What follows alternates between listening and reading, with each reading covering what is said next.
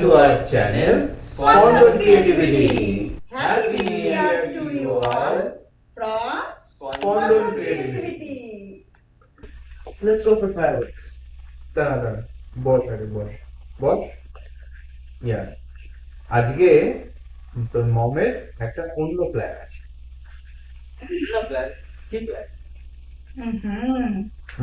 প্ল্যানটা হচ্ছে আজকে আমরা ফায়ারওয়ার্কস করব না, আমরা আজকে আরে শোন তো আজকে আমরা ফায়ারওয়ার্কস দেখতে যাব। কোথায়? SeaWorld. ইয়েস, ঠিক তো?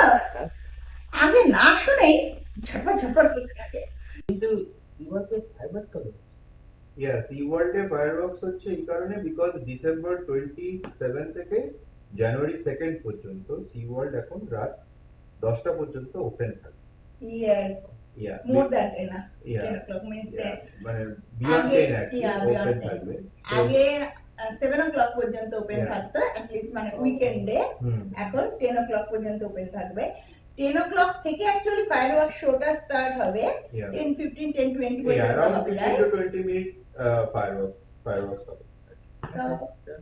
আমরা এখন ফায়ারওয়ার্ক দেখতে যাব, কিন্তু আজকে আমরা সাথে করে নিয়ে যাব আমাদের সব স্পন্দন ফ্যামিলির সকল মেম্বারদের, হ্যাঁ সব সাবস্ক্রাইবারদের। অবভিয়াসলি এটা আবার কোন একটা কথা না, মাকে বিশ্বাস নেই, আমি মিথ্যা কথা বলছি না। আশ্চর্য, এই বাড়িতে এত সাবস্ক্রাইবারদের রাখবো কোথায়, মানে জায়গা দেবো কি করে? তারা তো পিচবোর্ড নয়,